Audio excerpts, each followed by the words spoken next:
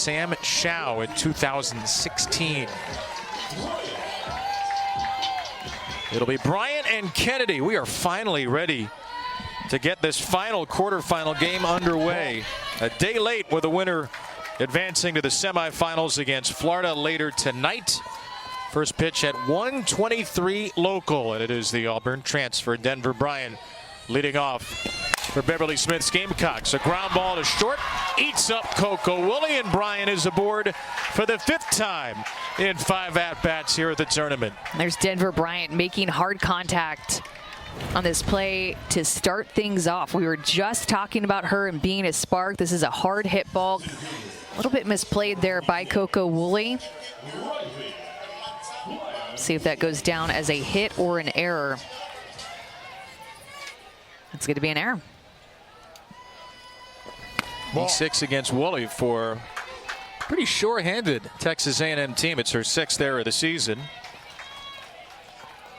Either way, a leadoff runner aboard for South Carolina. Here's Riley Blampede.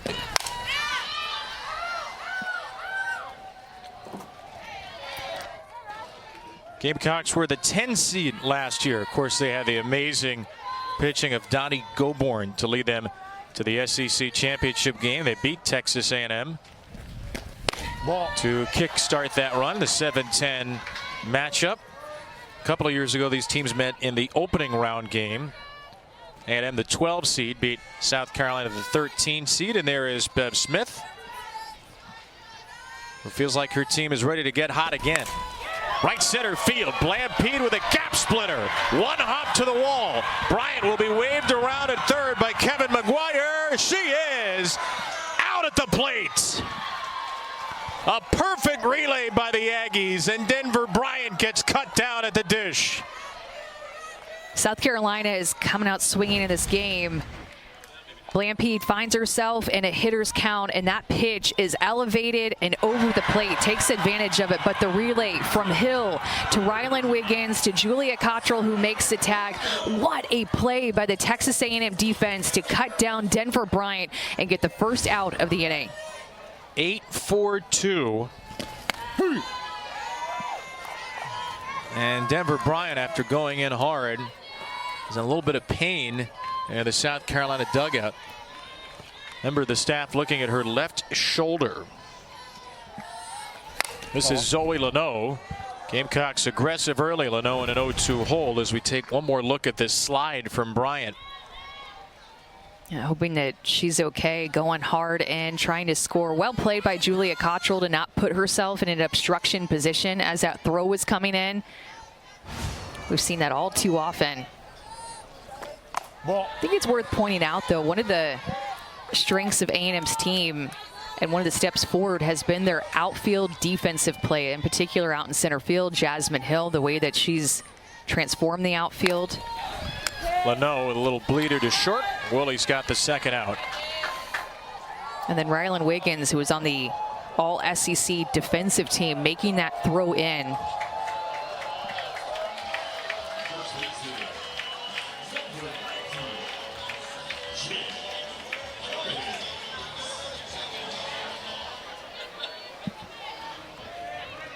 So 2 down for Jen Cummings. She's first pitch swinging. It's a very aggressive approach for South Carolina against Emily Kennedy. Senior out of Washington State. Jen Cummings began her career as a Washington Husky. No swing, says Chelsea Clark at third. Chris Neighbors is the plate umpire. In our final quarterfinal game, Brian Crochet down at first. Cummings toward the middle. It gets through for a base hit. Blampede's coming home, and this time South Carolina will open the scoring.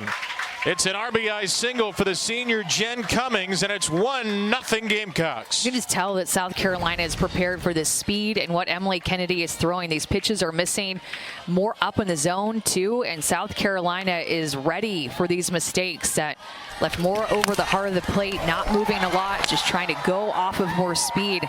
Emily Kennedy might be throwing through her spin right now, but South Carolina scores first. Jen Cummings had been just 7 for 39 with 2 outs this year and 6 for 38 runners in scoring position. The senior has Carolina on the board. 2 hits and a run in the inning as she scores Riley Blampede. Anaya Black fouls that one off herself. And it's 0-2 to the Gamecock designated player.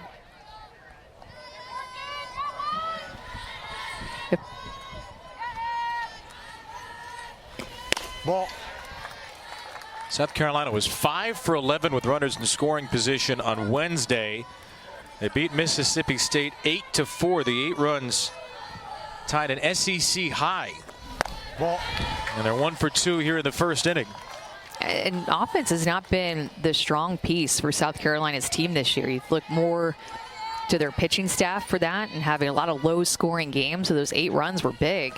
Ball. Taking the momentum from that game into this game. Of course, Denver Bryant, a big part of that momentum and energy.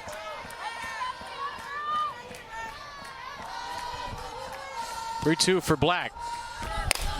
Ground ball through the left side. Anaya Black makes it a 3-hit first inning and advances Cummings to second. And really 4 hard hit balls if you go back to the Bryant one that went down as an error and not a hit. Just all over this curveball that Emily Kennedy is throwing. Her curveball is a pitch that she'll go to the most, that she throws about 44% of the time. Throwing more rise ball this year and also mixing in her drop ball. And Julia Cottrell's going to come talk with her starting pitcher after ball 1 to Kiana Jones. That's what Emily Kennedy did in the regular season against South Carolina. She pitched so well, she was named the SEC Pitcher of the Week and the Division I softball, the D1 softball National Pitcher of the Week. 13 scoreless innings, 2 wins and a save. Ball. It's the first Aggie pitcher since Megan Gibson 2008 to receive a National Weekly honor. But here in the 4th meeting, the Gamecocks come out swinging. Ball. And now taking 3-0 as Cottrell throws through to second. Which Megan Gibson was Emily Kennedy's pitching coach, my former teammate.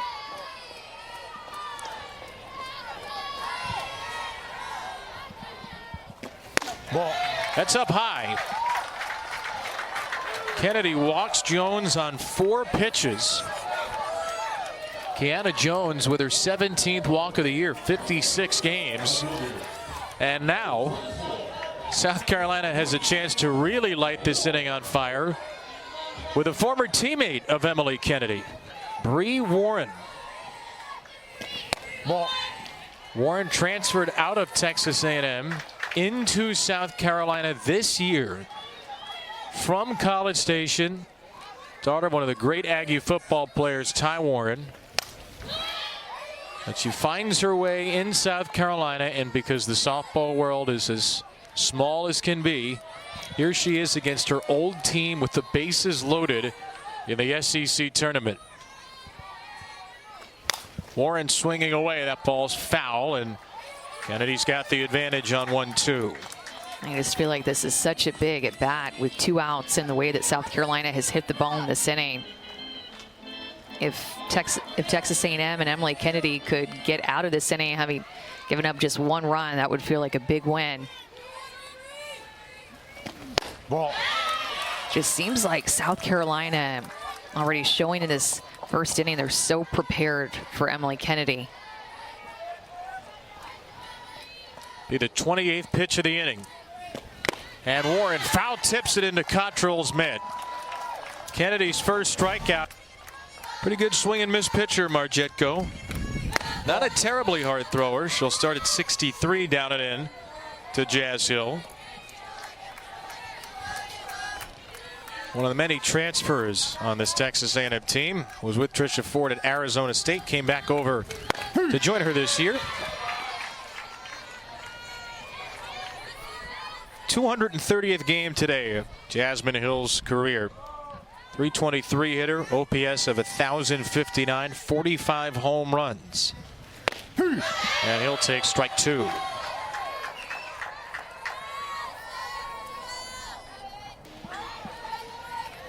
Marjetko typically very good up in the zone, has a couple of low strikes to start. And she'll elevate here and miss. That's what she wants you to swing at, is chase that rise ball out of the zone.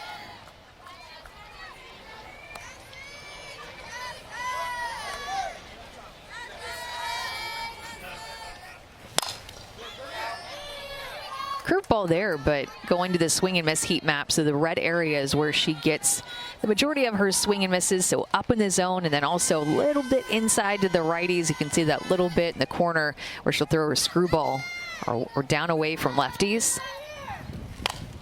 That's what she wants to do right there, is screwball and rise ball you. Maybe mix in a curve here and there, a little drop change that she'll throw as her secondary pitches, but that rise and screw are her best pitches. A very patient Hill ready for 7th pitch.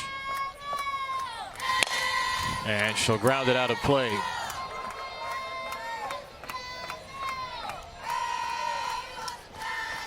That's what we're just talking about, using that rise ball the most, 32%.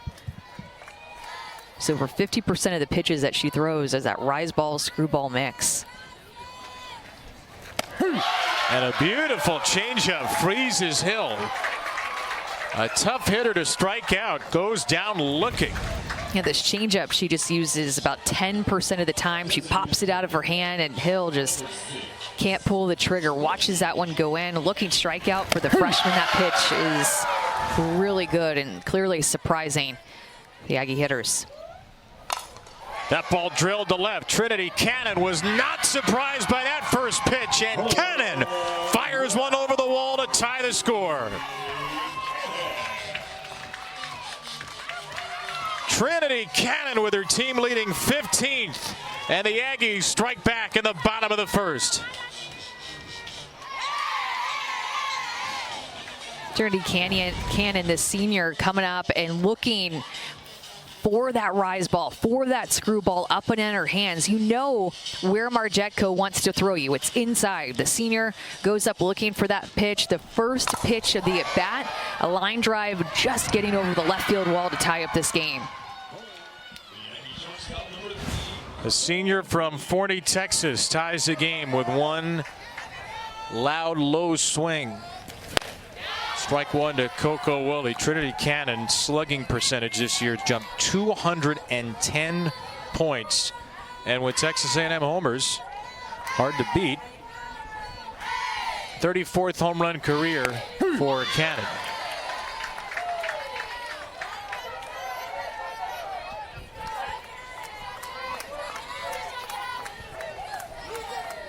Coco Woolley, second team All-SEC. Ball. You have to be careful of her speed. Kept her feet still and swinging away, and then runs through the box with 2 strikes. And mixing up their lineup, putting Coco Woolley in the 3-hole. Up from 5th last time out. A&M's coming off of a weekend where they were swept by the team we just saw, the Florida Gators. Lost 2-1, 9-8 in 8 innings. Couple of heartbreakers, then run ruled 11-3 in 6. They had a real shot to finish second in the league, but Florida swept the series and usurped them for the number 2 position. Ball. It's a great spot right there by Marjetko, going to that drop ball. Just missed the bottom of the zone. Great 1-2 pitch though.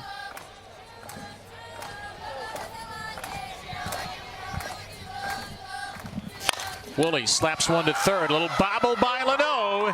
And she who hesitates against Coco Woolley is lost. She's so fast and gets out of the box so quickly. And Coco Woolley hits as hard at Leno, but that bobble right there, I mean, the second that you bobble it against somebody like Coco Woolley, who's even looking to see if she bobbled it as she's running down the first base line, she's watching it. The second you bobble it, she's there at first already. That's ruled a hit. Woolley is nearly picked off at first. Desiderio with a sneak attack.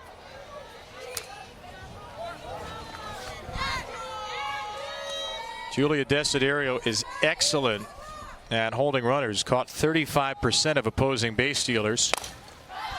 Julia Cottrell with a pop-up to Zoe Leno at third.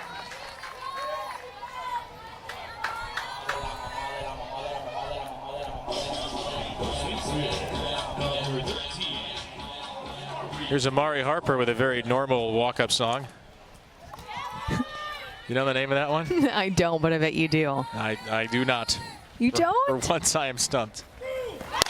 There goes the runner, Woolley. Desiderio's throw is waiting, but the tag was not. Woolley is safe. Early, so it was not Crochet overruling the stolen base call. He had the leaving early call, and that ends the inning with a 1-1 game through one. So good job by the crew cleaning that up. And now Julia Desiderio, who thought maybe she had a caught stealing, leads off in the second. Ball. After a 28-pitch first inning from Emily Kennedy, where she allowed 3 hits and a walk.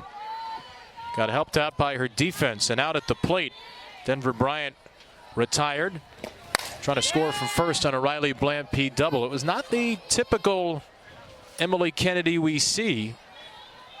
I know you've seen a lot of her over her career, Amanda. Where is she strongest when she finds her groove? She's strongest when she's not throwing through her spin. I think that's what part of the reason that she's so tough to hit against is because she throws with velocity and has good spin. But if you are overthrowing at times, you throw through the spin, things flatten out. And I think that you saw that at that point, she's just a hard thrower from the left-hand side that is more easy to square up. But when she's spinning the ball and not overthrowing, she gets more swings and misses. 3-2 on the ground to Wiggins at second. She throws out Desiderio.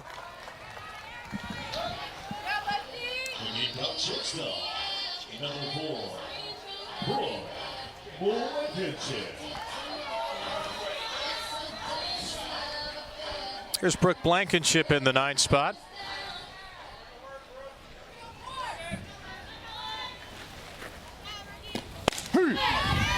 Started nearly every game at shortstop the last couple of years. Brooke Blankenship. Junior hitting .241, but a .364 on base. 24 walks, her second on the team. Very little power, only 4 doubles. And South Carolina does not see a lot of lefties. Blankenship is only 1 for 20 against them from the right side. And now 1 for 21.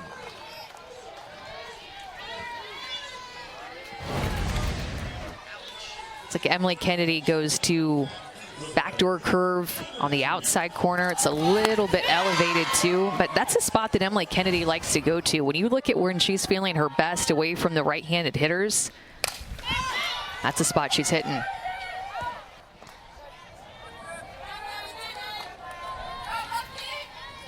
It's the first Aggie pitcher to be first team in the SEC era. One of 3 all-SEC Aggies, as named by the league this morning. Coco Woolley and the left fielder Kramer Este were both named to the second team. Rylan Wiggins at second, Allie Enright in right were also named to the all-defense team. Ball.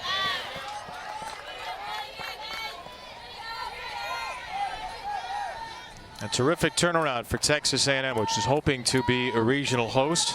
Hoping to get to the SEC semis for the first time.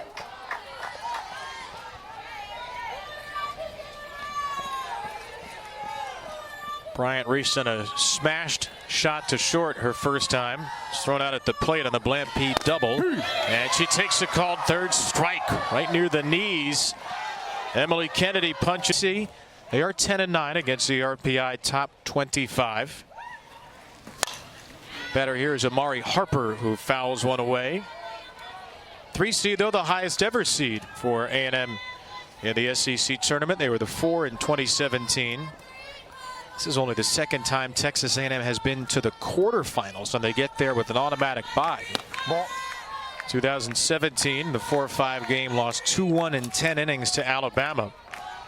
And they haven't been blown out very much. 6 of the 9 losses have been by 1 run. 1-9 record all time. 3 extra innings. Every SEC tournament loss been by 3 runs or fewer. they're sick of hearing of it. Tricia Ford is trying to change all that. Just her second year. And she's taken A&M to a really strong place, looking for a 40th win. As Harper strikes out, Sage Marjetko with her second K. One strikeout has been on her changeup, and then this one is going to be on her rise ball. She spins this pitch so well, gets underneath it. Mari Harper chases that one out of the zone. Marjetko can really spin that rise ball.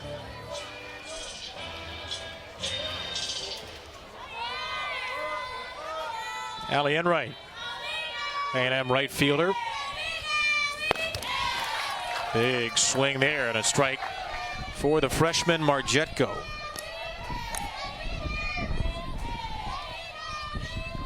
Enright's had a huge season. Junior from Santa Clarita, second-year starter.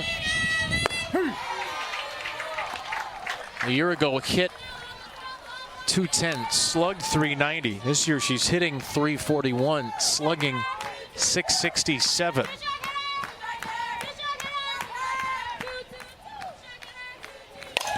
Enright goes up the ladder to foul one away toward third. Bree Warren has some room out there. Disappearing out near the shadows, she puts Enright away. Yeah, lost her in the shadows over there and behind, being in right behind our third base camera. Couldn't quite tell what was going on. Came away with the out though. Easy second out.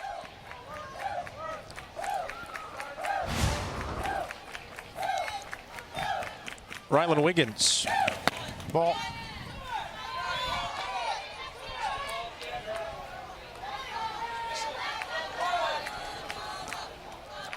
.221st career start for Wiggins, two-time All-SEC pick. Only two position players that were named to the All-SEC team for A&M. Probably a bunch of others that were close. Wiggins, Harper, Enright, Cottrell, Cannon Hill, all with terrific seasons. Very deep lineup for Tricia Ford.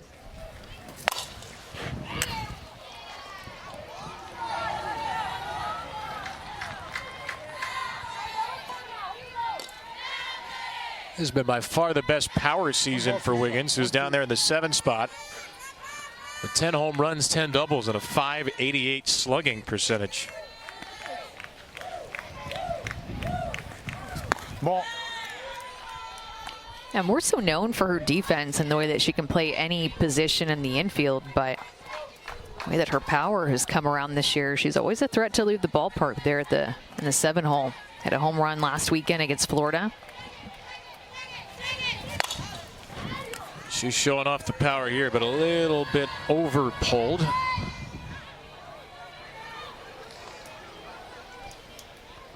Wiggins, one of 4 seniors in the Texas A&M lineup. 3 juniors, 2 sophomores, and a junior pitcher. A lot of the same players from a year ago for Texas A&M. Ball. But a big jump in the standings all the way to the 3 seed. Tricia Ford likes to train them hard. Difficult, intense practices in the offseason. They're a very close-knit group.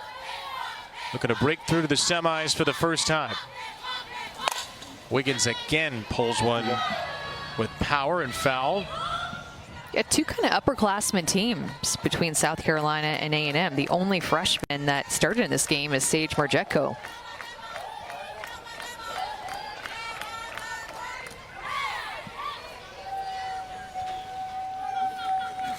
And Marjetko's got a 1-2-3 inning with a terrific changeup. Maybe it gets overused a little bit. She said, you know what's fun? Winning. Developing the grit and tenacity to do that consistently is what we want to do, and it's reflecting already here in the postseason. It's another year 2 turnaround, Alyssa, for Tricia Ford. Her 4th stop as a head coach, longtime assistant at Stanford as well. Ball.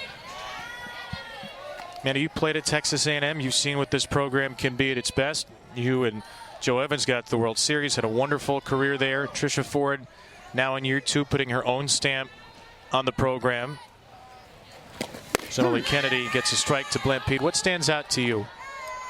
I think it's just this edginess and competitiveness that they play with now. And also, I think just playing with more consistent defense behind Emily Kennedy. Defense is just such a big part of the game. If you talk to any SEC coach of what it takes to win an SEC championship, they immediately go to pitching and defense. And scoring runs is important and it's fun, but pitching and defense is going to take you a long way. And I think that you've seen the improvement as Kennedy gets a strikeout there in Emily Kennedy, and also the consistency of the Texas A&M defense.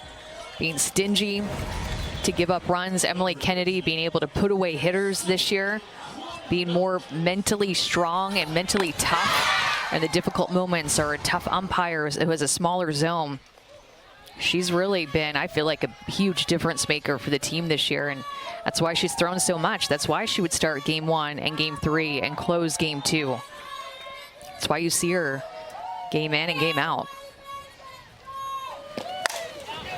Scott into center. Zoe Leno with a deep one. Zoe Leno with a home run. Leno with a no-doubter, and South Carolina is back on top.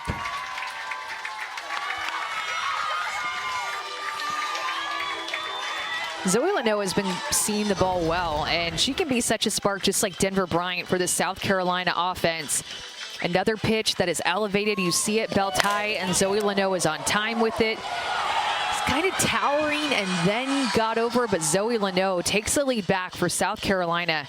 He's talking about Emily Kennedy and her success, and it's because of her speed, but Zoe Leno letting that velocity power over her home run. Center field.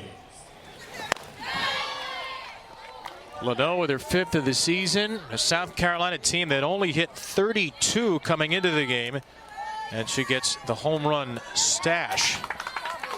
Now that's different.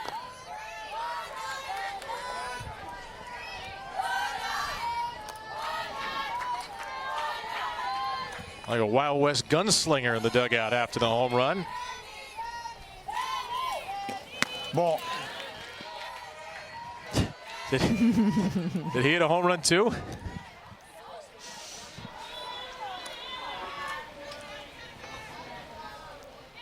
First home run of the tournament for South Carolina. 265 feet, the estimated distance to center. I know who missed some time with a knee injury in the past. Go back a couple of years ago, it was just a 197 hitter, Zoe Leno. Strike 3 call to Jen Cummings as Kennedy rebounds with her 5th K. Yeah, it goes back to her curveball. See the height of that pitch? Much better of a height where she can throw that curveball, maybe even moves down a little bit, but it's about knee high. That pitch that Zoe Leno hit was about belt high.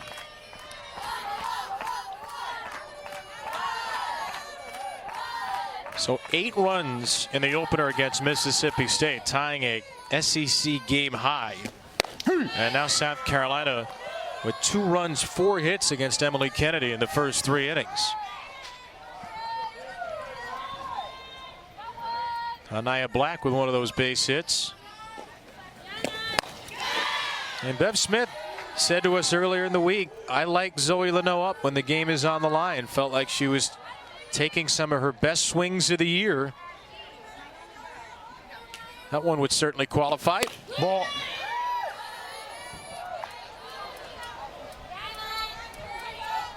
You just never know when you look at a team that has 6 seniors at the start of the lineup, that has good pitching and has experience in this tournament. Ball. Well, and you also never know about them in the NCAA tournament, too. Likely will be on the road to head to a regional somewhere and can cause some havoc with how the South Carolina team can play. Great pitching staff and really limit opponents' runs that they give up. So if this is a South Carolina team that's going to flip this switch on their offense, it could be tough to beat in a regional. Go in and make some noise. 3-2 strikeout of Black, 3 K Aggies, and now Kramer Este with a foul tip, strike 1.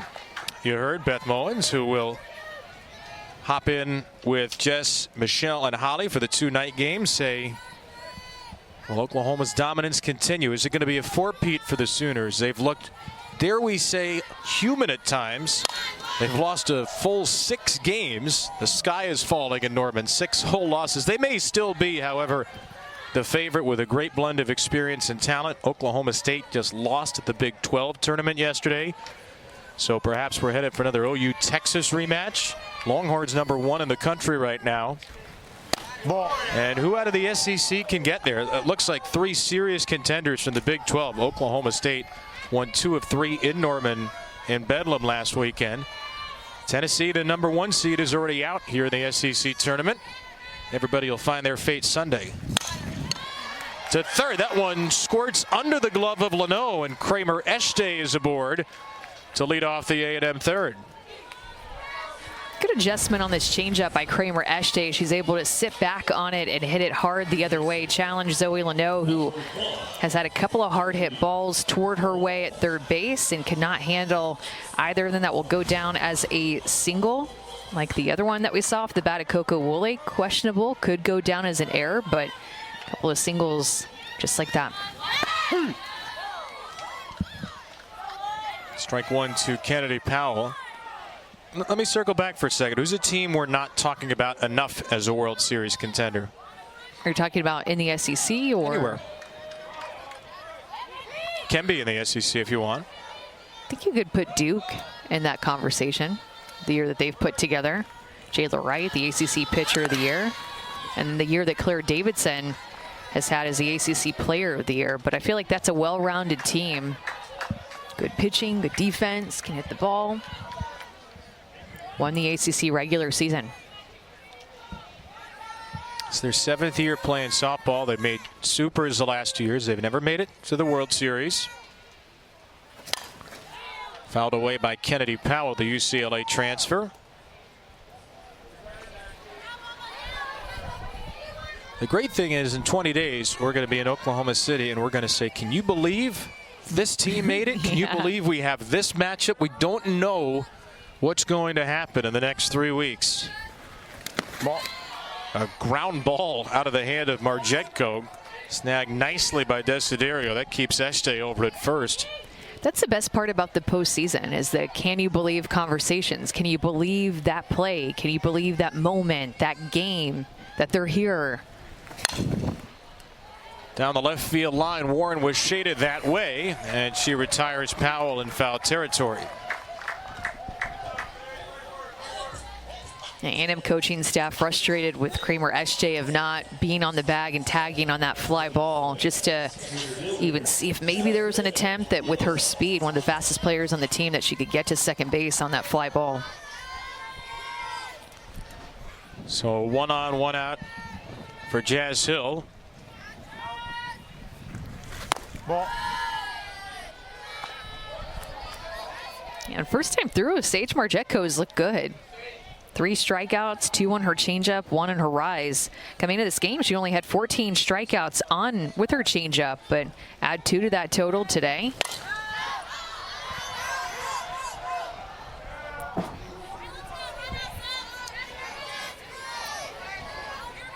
Has continued to work from ahead. Consistently, A&M finding themselves with 2 strikes the first time through. 7 of the 9 batters faced that first time through got to 2 strikes on them.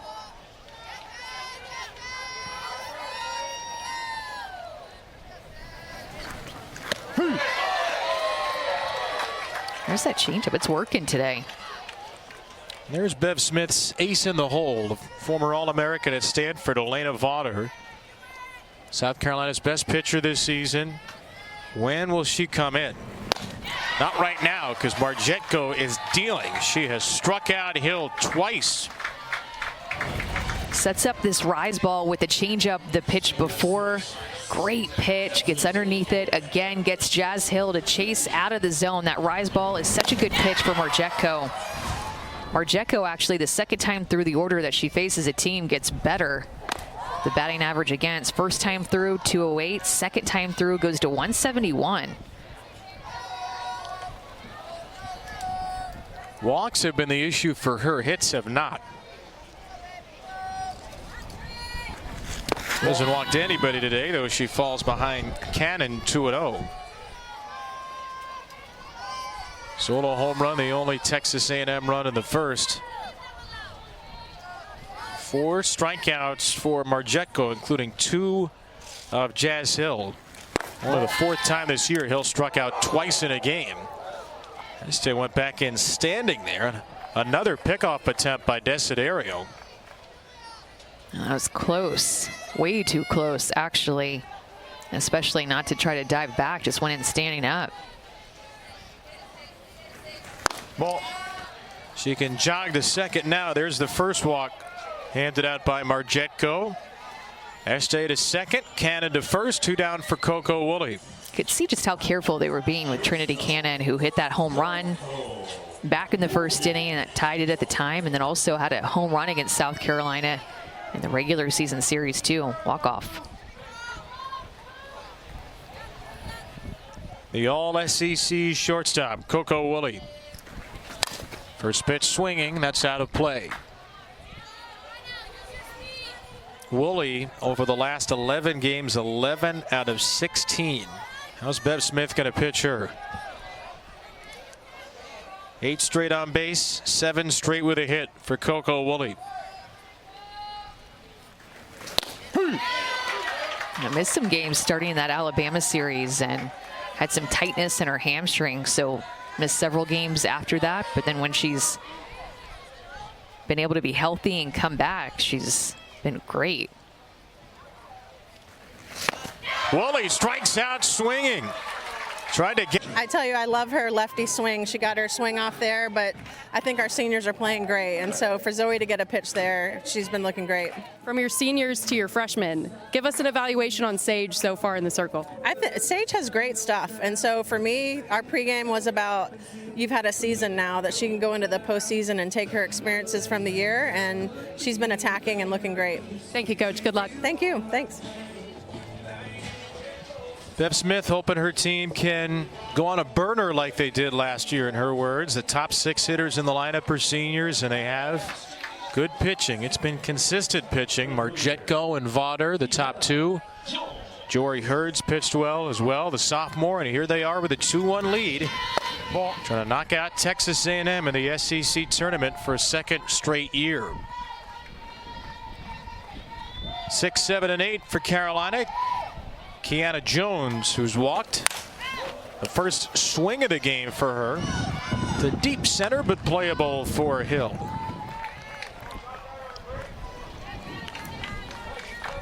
Well, these teams met in the regular season, and Texas A&M shut them down. Held South Carolina to 2 runs in a 3-game Aggie sweep. The Mets that total in just 3 innings today. Could tell they were motivated from the get, the way that Denver Bryan struck that ball hard in her first at bat. I feel like we've seen in the SEC tournament how important the leadoff hitter's at bat is of the game. It just seems like it continues to set the tone for the team. Ball. Bev Smith felt like last year they got a ton of confidence because of the way that Donnie Gobourne pitched in the SEC tournament. Different types of pitchers this year, but you could see this team leaning on its experience, gaining confidence behind Marjetko and Vauder. They scored 8 in the opener against Mississippi State. They took out the 6th seed as an 11.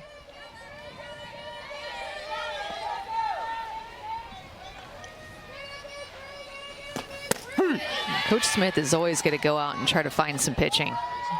She's a pitching coach herself. Always seems to bring in a good talented arm and a couple of new faces, as you mentioned, to their pitching staff that have proven to be incredibly important. Trying to replace Donnie Gobourne and the run that she made. I mean, think about the pitchers who graduated from the SEC last year, and Donnie Gobourne, Ashley Rogers, Montana Fouts, Shanice Dels.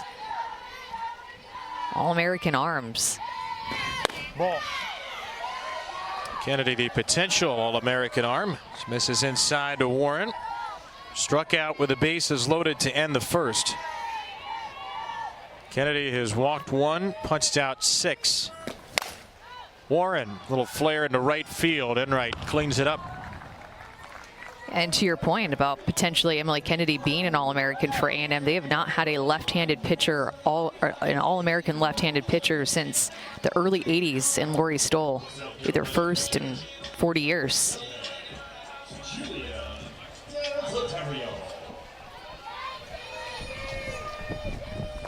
Now, why didn't you throw left-handed just to make it easy on everybody else? I can try. You know, you always mess around with it and you think that you can do it, and it doesn't look terrible, but it surely doesn't look great like this. You would have had like a 280 ERA probably left-handed, I think. You mean 280? I do not mean that. No. What a 2 for Desiderio. Seems like I feel like we've gone into this game, and I mean, South Carolina has just taken the energy from A&M right from the get-go. It just feels like it's been all South Carolina with the exception of the Trinity Cannon home run. Just seems like there's not a lot of energy going on the A&M side. It's a long wait. They've been here since Tuesday. It's this point in the day where it's kind of hot, it's humid, it just is dull. Ball. But South Carolina has had it since pitch number 1.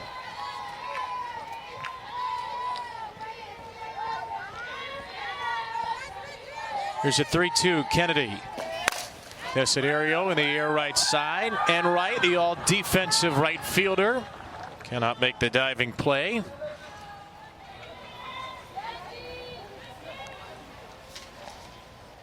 Tricia Ford will join Alyssa when we come back.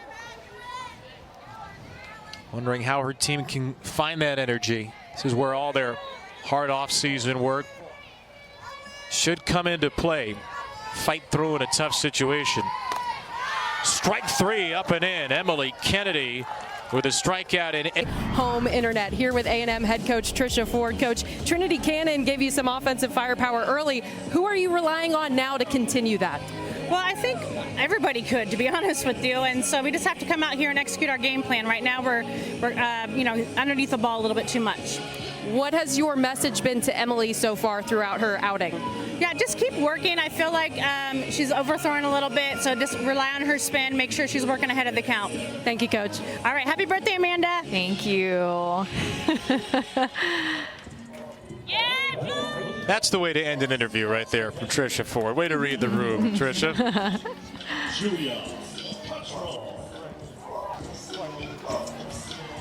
Julia Cottrell leading off for Texas A&M. That is the birthday girl, Amanda Scarborough. I'm Kevin Brown. Just saw Alyssa Lang. It's our final quarterfinal. The semis we're going to start today after this game. First one is LSU and Missouri, the 8 and the 5 seeds. That will be next up 35 minutes after this game ends on ESPN2, followed by Florida and one of these teams. Ball. Nice advantage for LSU, which did not have to play today. All the other semifinalists will have to play today. Missouri played 4 innings last night. Game was suspended due to lightning. Then we had apocalyptic rain and thunder. And it was a good thing that game ended when it did and the teams could get back to their hotels. Finished the game today. Missouri won at 3-1, and we've had nothing but brilliant sunshine since the morning.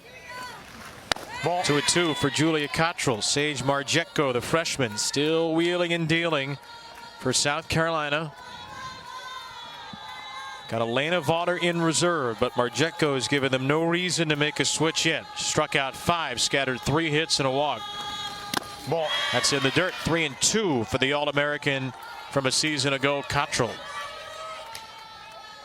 And Vaughter and Margetko complement each other so well because of the speed and down that Vaughter throws with, and Margetko more spinny and up. Ball. And a 3-2 changeup is low. It's a leadoff walk for Julia Cottrell. Texas A&M has the leadoff runner on for a second straight inning. And Coach Ford talked about A&M's offense getting under the ball too much. And when you look at their outs, they've all been in the air. So there's a mix of strikeouts in there, a couple of walks, a couple of infield singles, and that home run.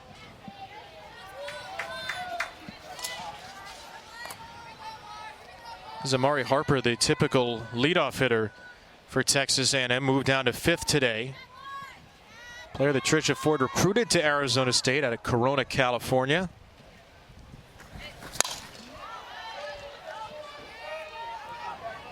Tricia has talked about Amari Harper's routine in the box. The way she controls her breathing, calls her the silent assassin. Not so silent for pitchers. 355, 466 on base on the year. Ball.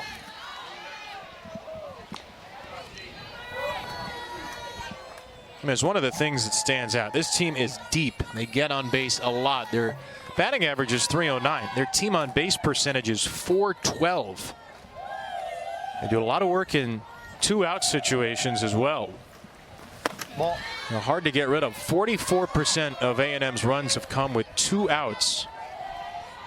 And they hit .325. That's the best mark in the SEC in 2-out situations. Trying to get it done a little earlier here in the 4th, though, after a walk of Cottrell.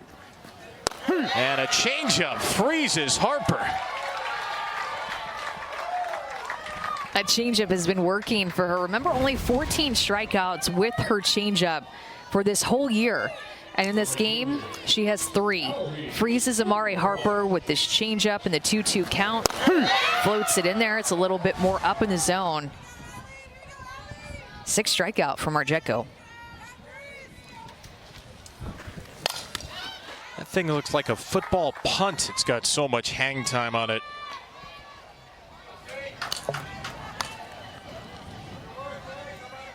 Three of the 6 on the changeup today. Couple of rise balls, 1 drop ball. And you noted earlier, she throws a lot of screwballs too. Ball. There's another changeup. 3 sisters all played softball. Sage Margetko out of Lamont, Illinois. The Illinois Gatorade Player of the Year the last 2 seasons. Ball. Last year, the USA Today High School Sports Awards National Softball Player of the Year. That's going to happen when you go 23-0 with a 0.00 ERA in high school. 12 no-hitters, 2 perfect games, 3 unearned runs allowed as a high school senior. Whatever level that is, that's just insane. It is. That is so good. Those numbers, like, you just don't ever hear.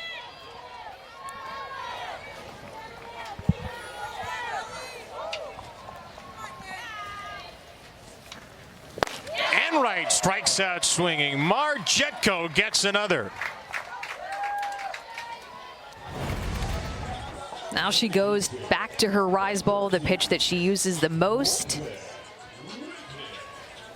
Perfectly placed, up and out of the hands of Enright. That's where she went a couple of times and able to get her out. Back-to-back strikeouts after that leadoff walk from Margetko. That ball popped up. Rylan Wiggins pops out to short. Margetko's on a roll. South Carolina's in the lead through 4. Don't let, I want a piece of that.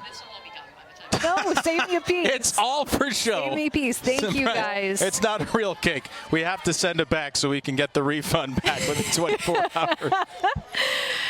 Get to spend another birthday here with my favorite people in the whole world. Team ESPN. Well, we weren't supposed to be here today, but for all of the rainouts and the weather, so we get to spend it with you. And I don't know if I'm permitted to speak on behalf of the crew, but I have the microphone, so I will, and say it is our distinct pleasure to get to spend it with you, because you care as deeply about this sport as anyone, about making it great. And I see the way that kids who are playing now, young kids, come up to you, get inspired by what you do, your lessons, your love and your joy of the sport.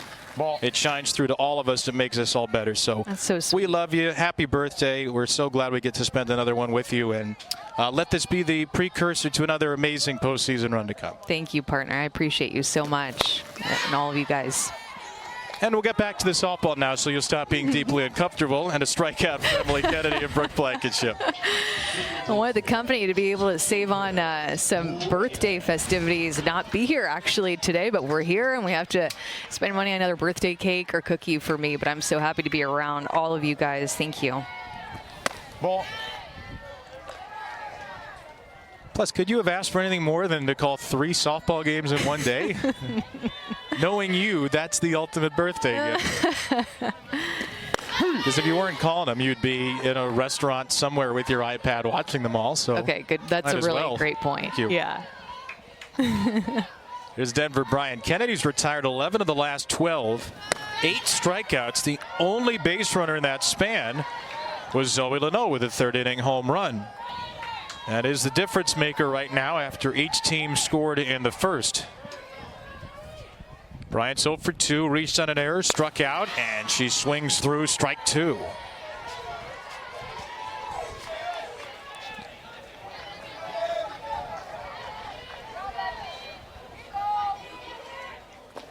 Ball. Heard Tricia Ford say to Alyssa she didn't want Emily Kennedy to overthrow through her spin. Well, she struck out 4 of the last 6 since the home run. Yeah, that's the difference maker from the first inning to every other inning. And then credit to Zoe Leno for her home run that is thrown in the mix of a lot of strikeouts in there. That's the difference in this game right now, that 1 run. Ball. Bryant takes off the corner, ball 4. Denver Bryant with a 2nd South Carolina walk. Yeah, and happy to see Denver Bryant okay. Remember, all the way back in the first inning, she dove headfirst into home on that relay that Texas A&M brought in from the outfield and looked like she was holding her shoulders. So happy to see that she's okay and still in this game competing. She's had a tough road to get here, too. Torn ACL in her left knee in high school. Torn ACL in her right knee a couple of years ago with Auburn. Missed most of 2022. Ball. And she does have another year of eligibility. And she's close friends with Donnie Goborn, who we've talked about a lot, who pitched for Carolina last year. Is now a grad assistant with the team. Foul tip by Blampede, 1-2.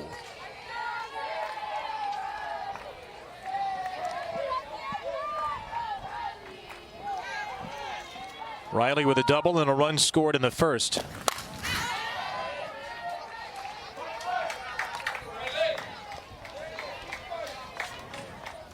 It's at first or second in every game for South Carolina this season.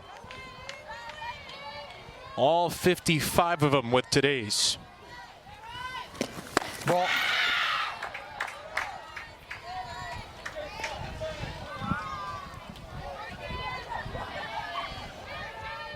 Originally an Alabama commit, ends up in Columbia. And all these seniors at the top of the order for South Carolina. First 6 hitters, all seniors.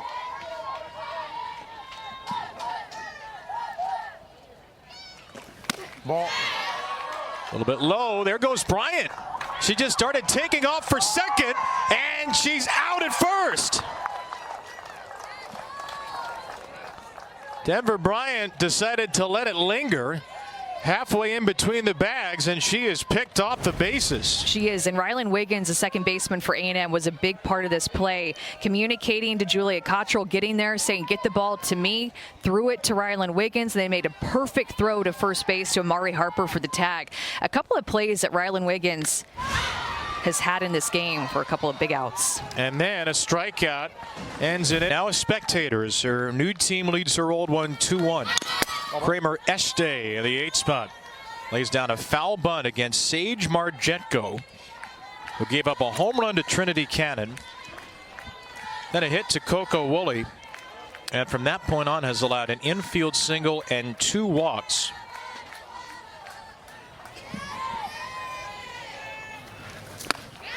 Margetko is mixing pitches and speeds and spin brilliantly, and she has one of the best offenses in the SEC, seemingly totally off balance right now.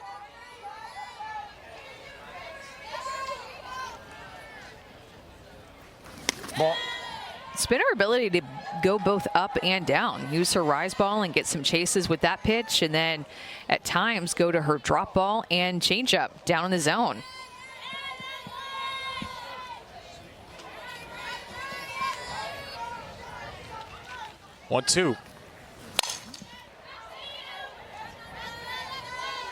It's a pitcher who had some interest from Texas A&M, had interest from a lot of people, frankly.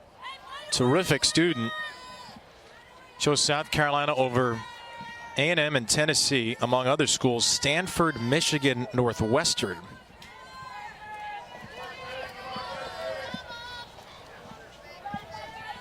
One and two for Este. Ball. I mean, A&M has just had trouble getting anything going against her and putting together back-to-back at-bats with success. You have to go all the way back to the first inning. It was a Trinity Cannon home run, and then Coco Woolley reached an infield single that easily could have been an error on that play, but back-to-back runners reached there, batters reached there, and Strike three called. Another beautiful two-strike pitch for Margetko. Make it 8. Ties his season high in strikeouts. screwball right at the knees, and she gets a call. Looks like a little bit maybe off the plate, but right at the bottom of the zone. Margetko just continues to move the ball around. Rise ball, drop ball, screwball, changeup. Everything seems to be working for her in this game. March 3rd struck out 8 Princeton Tigers as part of the Knights Classic at UCF. And here on May 10th, she has struck out 8 Texas A&M Aggies in the SEC tournament. Kennedy Powell lays down a bunt. Margetko slow to retrieve it. It's a bunt base hit for Powell.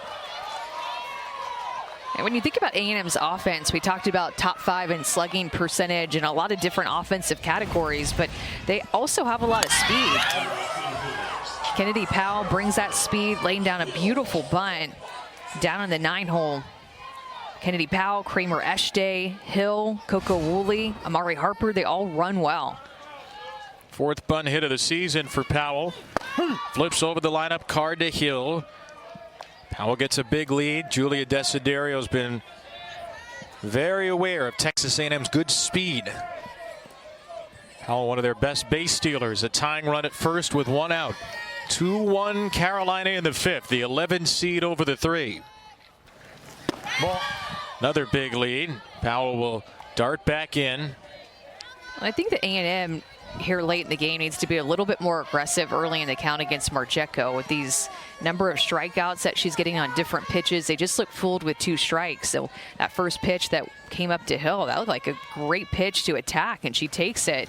And then now you get down 1 and 2. She struck out twice on 2 different pitches, a changeup and a rise ball. But Margetko just continually works with 2 strikes against these hitters.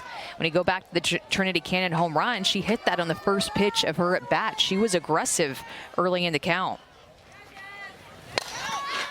That's one of only 2 times A&M's put the first pitch in play. The other was Rylan Wiggins' pop out in the 4th. A lot of 2-strike counts. Hill has struck out twice, looking at a changeup, swinging through a rise ball.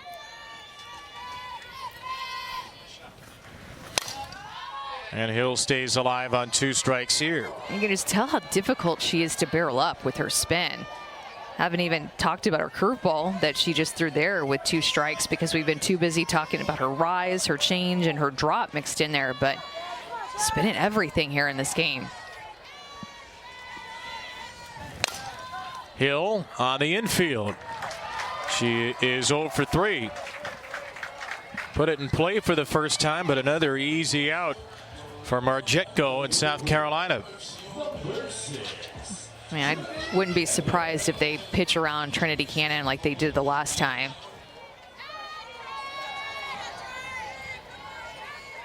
Got a 4-pitch walk. 1 on and 2 out in the 3rd. Ball. That's in the dirt. Only the 6th first pitch ball. Cannon has seen 2 of those after hitting that first pitch strike over the left field wall in the 1st inning.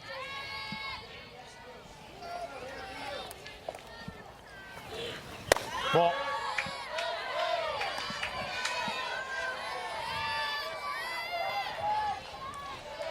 Texas A&M 0 for 8 with a walk from Cannon with runners on base. Ball. You can see how careful they're being with her. That home run earlier in this game, home run against them in the regular season. Only had one runner in scoring position in the game. That was back in the third when Cannon walked to push Eshte into scoring position. And now in the fifth, Cannon walks to put Powell into scoring position. And once again, South Carolina is going to take their chances with Coco Woolley instead of Trinity Cannon.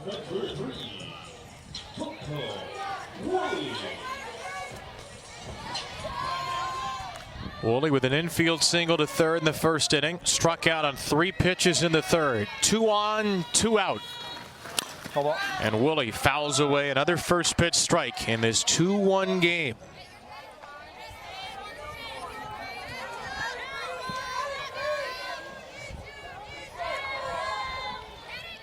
Coco Woolley, an all SEC player for second consecutive year.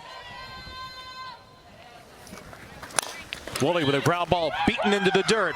And the throw is there in time at first by Marjetko. Fielding her own position to get the... There's a lot to choose from, a lot of different types, right, Alyssa? How does it fit? How does it I feel? know how to like peel it off and put it on. I'm not sure if I can. You need one more hand, I think. There you go. There's different styles, though, right? Alerting the no contact. Oh, I'm getting some help from our trainer over here. Okay, here we go. Hold on. This is really, I didn't have enough hands. That was really the problem. Double this woman's salary, please. Slap it on there. Yeah. But now you got to look at me. There we are. There we Oh, are. no, you need a Home picture. run mustache. Now I'm taking a picture for the board. Oh no, it fell. Might be maybe the sweat that doesn't let it stay on. So down there. sweaty. Inspector Clouseau over in the dugout. So much makeup and sweat on a mustache. Not a good combination. Back to you guys. Alyssa, have you enjoyed more wearing the fake mustache or the Buc-ee's bathing suit this week? Oh, I'm going to go back to Buc-ee's and buy another bathing suit. I'm so ready for the lake this summer. Y'all have no idea.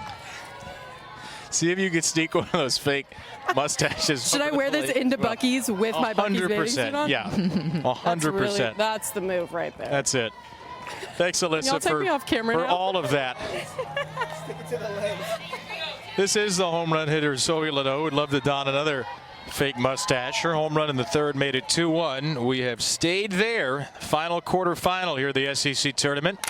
And Leno grounds it off of Kennedy. A base hit for Zoe Leno, who shocked it back toward the Aggie pitcher. Yeah, hopefully Emily Kennedy is okay. Off-speed pitch, just hit right back at Emily Kennedy. Right, looks like her thigh area.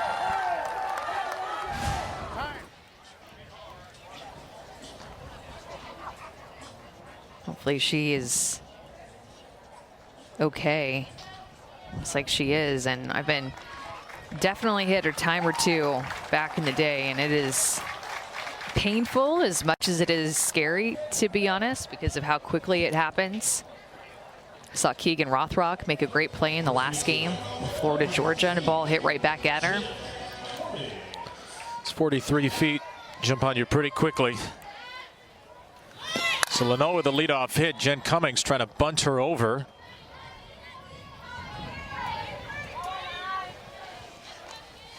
Cummings drove in the first run of the game, first inning single. She has 5 sacrifices on the year. Trying to bunt out of the cleanup spot. She deadens it beautifully, but the play is made even more beautifully at second. What a play that was. A hard charge from Kennedy Powell down from third to get the lead runner Leno. Yeah, this is great play, great communication and awareness by Kennedy Powell to know that she has this play at second, set her feet to make the throw to second base as she's picking that ball up, and that makes all the difference. You see how her feet are set, they keep moving. Great communication for the Aggie defense to get that force out at 2. Bev Smith puts in a pinch runner for Cummings. This is Kai Ricks, who does not have an at-bat, but does have 8 stolen bases, the second most on the roster. Number 2, Kennedy Powell mostly played outfield for UCLA last year. Came over to Texas A&M and is now playing over at the hot corner. Such a great athlete over at third base. Very quick. 1-on-1 out, Anaya Black. Ball. Cottrell tried to frame it.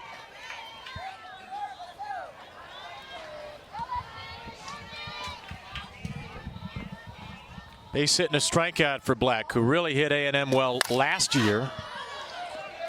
The Gamecocks struggled collectively this season against the Aggies. First SEC series of the year. They scored 2 runs in 3 games. A&M outscored them 7-2, won 3-0, 2-1, and 2-1. And it's a 2-1 reverse fixture right now with the Gamecocks on top.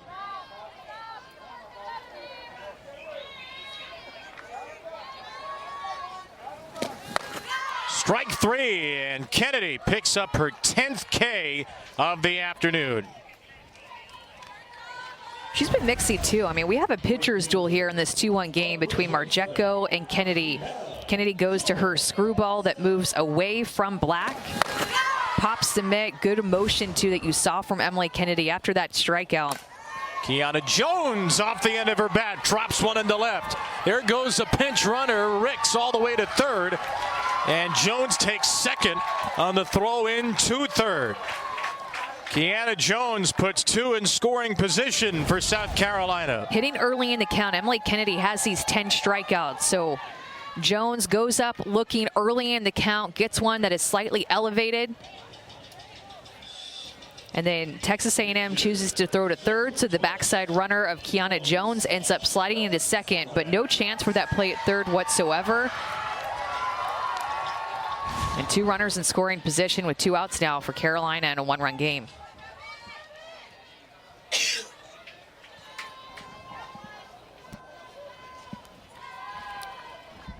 And this is the first at bat now for Marissa Gonzalez, but overheated, and Gonzalez will stay in to hit. First pitch swinging, she pops it up. Out in short right field, Enright takes charge, and Kennedy strands a pair.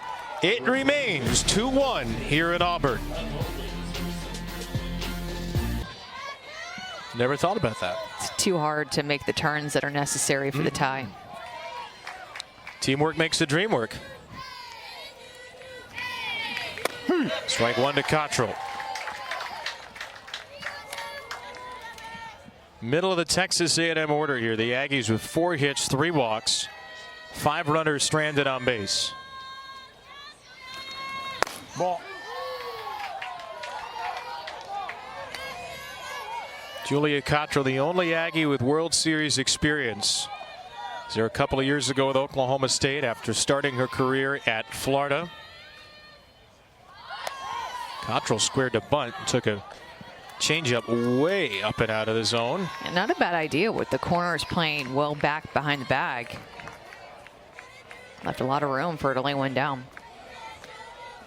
Still are there. Still a chance of an all-Cottrell final. Her dad, Jeff, of course, an assistant coach at Missouri, which will play in the next game against LSU.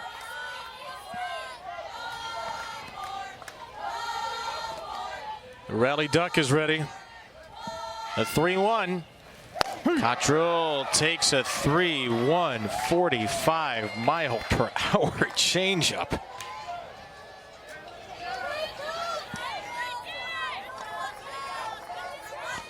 We welcome those of you joining us on ESPN2 as Julia Cottrell strokes a ground ball through the middle for a base hit. And if you're just joining us, you picked a good time to do so. Kevin Brown and Amanda Scarborough up here in the booth. Alyssa Lang down below.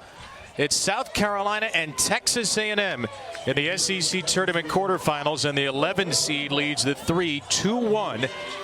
Julia Cottrell, though, has just singled to lead off the bottom of the 6th for Texas A&M. Haley Golden is going to pinch run for Texas A&M. So Golden represents a tying run right now for Texas A&M. 13, 35.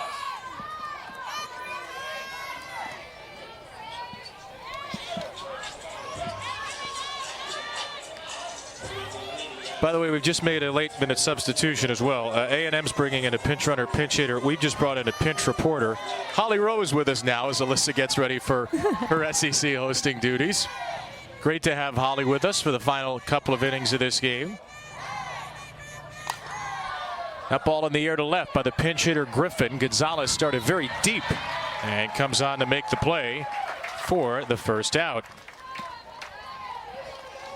I think what's impressed me about Sage Margetko in this game is we talked about the number of different pitches that she's gotten outs on and swings and misses on. But a pitcher, you know, when you look at the pitch usage going into a game and a season, a pitcher might have those pitches that you see in the lower percentage pitches, but really they're not great pitches for some of the pitches that you'll see across the country. And you don't really have to worry about them as a hitter. But for Margetko in this game, every pitch that she has thrown, make it be a rise, screw, curve, drop, changeup, they have all been effective pitches for her today. She has all of them working for her, which is why which has led to so much success and just one run given up on that Trinity Cannon home run back in the first. A&M's going to use another pinch hitter. They pinch hit in the 5 and 6 spots. This is Keely Williams batting for Enright, who is 0 for 2.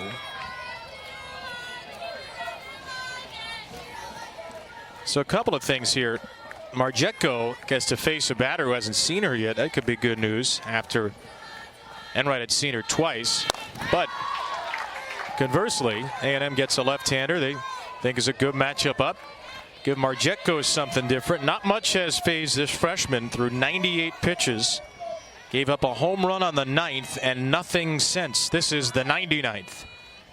Ball. And it's down and away, 2-1 for Williams. And for A&M offensively, because of how well Margetko is throwing, or maybe because of their offensive approach in this game, they just have not been able to do anything with runners on. A&M 0 for 10 with runners on base in this game. Ball. Williams in a 3-1 count. And rarely even been productive outs because of all the pop-ups that they've had. When they've gotten somebody on, they've just not been able to move them over.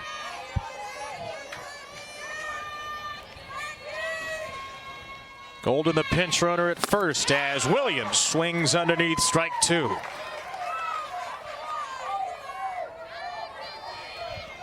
Yeah, with the mix of pop-ups and strikeouts from Margetko when A&M has gotten on, seemingly she's gotten better, hasn't given up anything, not even a productive out. And she freezes Williams right down the middle. A new season high 9 strikeouts for the freshman. A low rise ball in the outside corner, well placed by Margetko. She can throw that pitch through the zone and out of the zone. Margetko, man, pitchers. Rylan Wiggins will bat, and Wiggins will chase a rise ball for strike 1.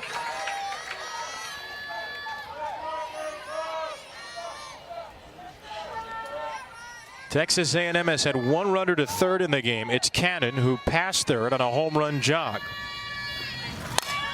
Wiggins with a pop-up, shallow right field, and Bryant comes out to make the play from the infield. First one since March 8th against South Carolina. It's part of a weekend where she picked up 2 wins and a save through 13 scoreless innings.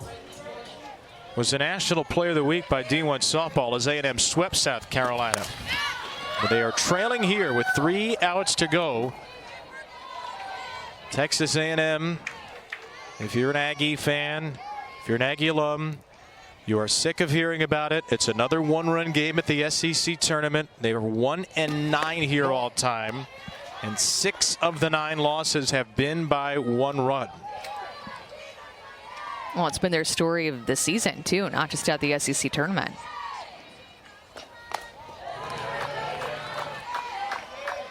Trinity Cannon, by the way, has come into the field at first base, so A&M shifted the designated player spot to what was the Amari Harper spot, 5th in the lineup.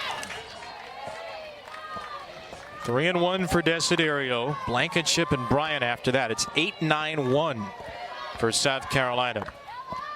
Emily Kennedy 116 pitches deep. Ball. And she just walked Desiderio to lead off the inning Well, this has been such an unusual day. We finished up a game that Holly Rose crew called earlier, and now we have Holly joining us for the 7th inning. Well, we had a really great story we want to share with fans. So you know what a big softball fan, 3-time national championship winning coach Dawn Staley is. How cute is this? She is at the Aces practice because the Las Vegas Aces are playing an exhibition game in Columbia for the WNBA, and Dawn Staley's at practice, but she's got her phone out keeping her eye on this game. She is such a big fan. Remember last year in the championship game in Fayetteville, Arkansas, she came to the game to be sure to be there in the stands for Bev Smith and her team. So shout out Coach Staley. You are a real one every single time you are there for your teams and the Gamecock fams. Yeah, pretty special relationship, Holly. Special year for South Carolina athletics with the undefeated national title in women's basketball. Look at Powell, the third baseman, who comes flying to the first base line to grab the bunt in fair territory and put the tag down on Blankenship. This was an unbelievable athletic play by Kennedy Powell because first base, Trinity Cannon, was anchored back. They angled the bunt to go down the first baseline. So that's your third baseman grabbing this bunt up the first base line and making the tag. Got to a point for a quick second where you thought maybe she's going to let it roll foul, but she makes that decision and gets the out instead. What athleticism by Kennedy Powell there. She was an outfielder at UCLA. She's a third baseman here, and apparently she's a right-sided infielder too. Denver Bryant now. The sacrifice bunt does move Desiderio up to second. And it's Bryant, who had 4 hits Wednesday, reached base on an error, struck out and walked today.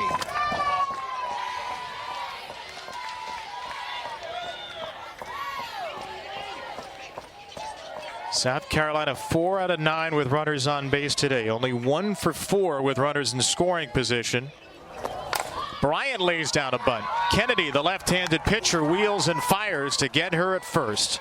And that's why they feel like the Texas A&M defense can anchor Trinity Cannon back, or whoever is playing first base, because even though Emily Kennedy is a left-handed pitcher, she can play the bunt very well. She fields her position well, so Cannon can anchor back. You can keep your second baseman at their normal position, not having to cheat for a bunt. Now it's Blampede, one of their senior leaders, one of their stars at South Carolina. Helped lead the Gamecocks to the SEC title game a year ago. Trying to add to the total in the 7th.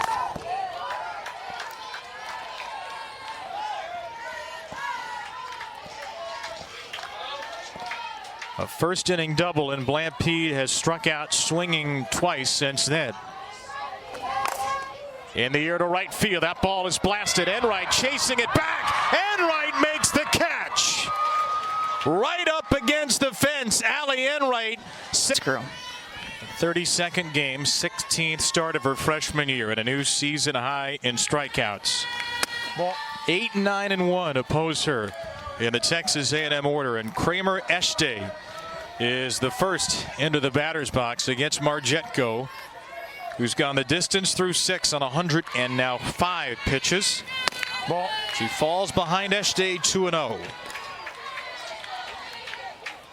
Second team All-SEC pick. Transfer from Louisiana, who's had the best batting average in SEC play among Aggies. Eshte takes one just out of the zone, ball 3. A lot of close games in the SEC tournament. A lot of one-run games so far in this tourney. 3-0 is low. And the tying run is on first, courtesy of a Kramer Eshte walk. Bev Smith is coming out to anticipates a bunt. And Powell does not oblige on the first pitch, at least. A second-team All-American a season ago, pitched Stanford along with Nigeri Kennedy into the Women's College World Series semifinals. Powell still not bunting. She takes ball 2. Anticipating the bunt, you saw that shift with Blankenship playing more up the middle of the field. Have to respect the speed of Eshte at first and how she would go and cover second on a steal. Leno pulled up. Powell takes strike 1. Right around the bottom of the zone for Vaughter. Drop ball was not quite as sharp as it sometimes is a couple of nights ago against Mississippi State. But it can be as devastating as any. Powell does lay down the bunt now in a 2-1 count. And cues it foul for strike 2.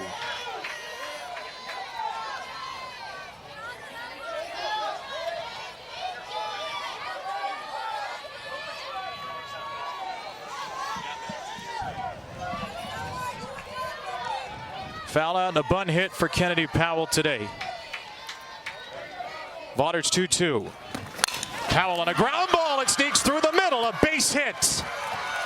The first hit today with a runner on base for Texas A&M. It snaps an 0 for 12 and puts the winning runs aboard for Jasmine Hill.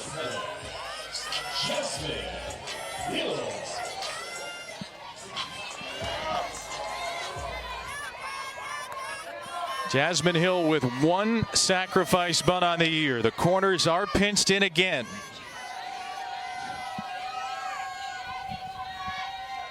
And Hill squares and Hill misses. A .511 on base percentage. That's the best of anybody on the Aggies. But Trinity Cannon, the on deck hitter, maybe the hottest hitting Aggie. Hill squares again. And did she pull back the bunt in time? It appears so. 1-1. I don't love this call because even if she puts it down, then they're just going to walk Trinity Cannon and put her on first base. So you're essentially taking the bat out of the hands of one of your better hitters who's had a lot of success against Elena Vaughter over in the Pac-12. Now the bunt is off after a strike, and now Hill's in a 1-2 hole. And she struggled with 2 strikes in this game. A couple of strikeouts, but that was against Marjeko. But Jasmine Hill just looked a little bit off in this game. But when you look at the season that she's put together and her on-base percentage and her power, arguably one of the best hitters in the A&M lineup. Este and Powell, the winning runs on base. Nobody out for Texas A&M in the 7th. 1-2. Hill swings, hits a ground ball to third. That is foul. It's ruled very quickly foul by Chris Neighbors, and Vaughter is in shock. Bev Smith is out to talk about it as well. It was oh so close to a double play, but it is ruled a foul ball before it gets to the base, and that ruling has to stand. Has to stand because you can't review it if it's called foul. I mean, this was going to be an easy double play for South Carolina. Ground ball to Leno, who goes to her backhand to field it, and she's stepping on the base. That's a foul ball. Great call. Chris Neighbors got it right. I mean, you can want this to be a fair ball, but I think that's a great call there by our officiating crew here, who's also worked hard. Give them a lot of credit for what they've done here at the SEC tournament. So we'll do it again on 1-2. In the final quarterfinal in this wild SEC tournament. Hill takes one just off the edge. It's either a really confident look or such a good pitch she was frozen. Either way, it's 2-2.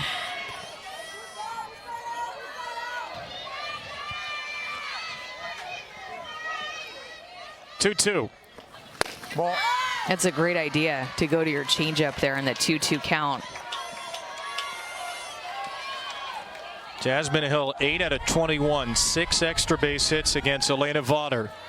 The former Arizona State Sun Devil, the former Stanford Cardinal, locked up here in the SEC.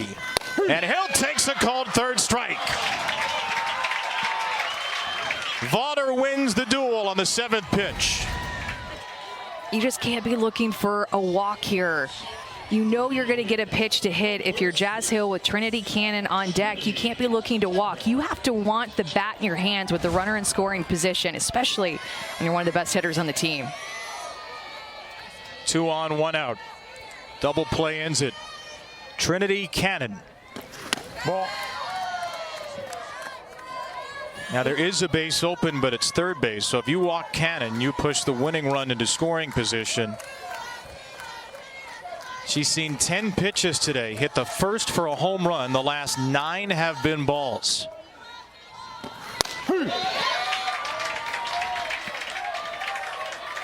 That home run that she hit earlier was on an inside pitch. A lot of pull power for Trinity Cannon.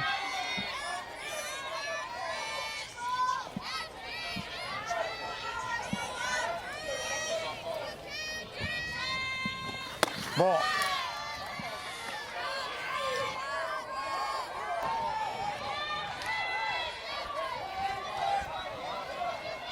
The only Texas A&M run on a line drive home run by Trinity Cannon way back in the first inning.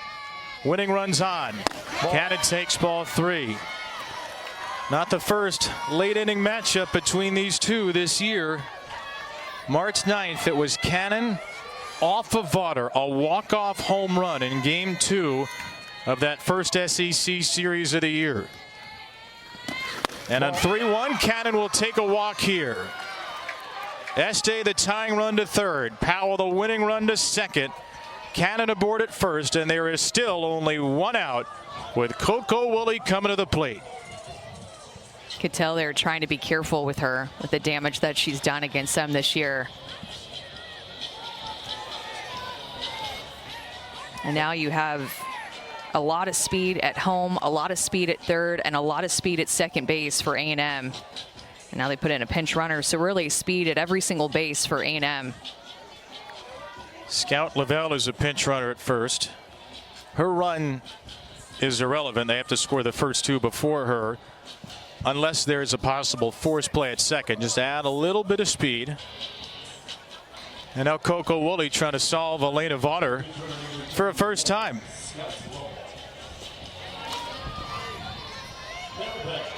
Woolley is 1 for 3 today with an infield single, a strikeout, and a ground out back to the pitcher. Este, Powell, Lavelle the runners. 2-1 South Carolina with the bases loaded and 1 out. And Woolley takes one high and tight.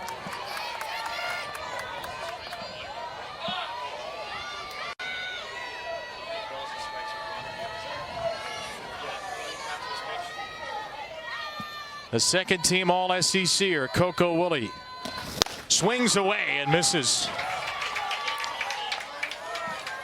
A little bit up for Elena Vaughter, whose command has not been pristine out of the bullpen. But she's always one perfectly placed drop ball away from getting out of a jam. Woolley in the air to center field. Blampede was playing shallow. It's over her head, and Texas A&M finally breaks through. They are headed to the SEC tournament semis for the first time, and Coco Woolley is the game winner.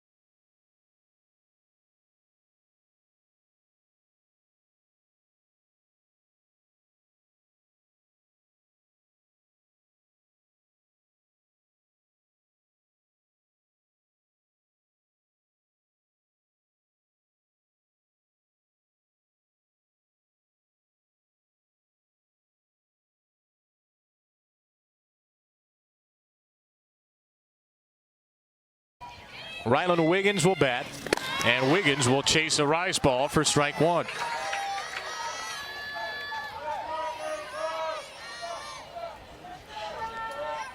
Texas A&M has had one runner to third in the game. It's Cannon who passed third on a home run jog. Wiggins with a pop-up, shallow right field, and Bryant comes out to make the play from the infield.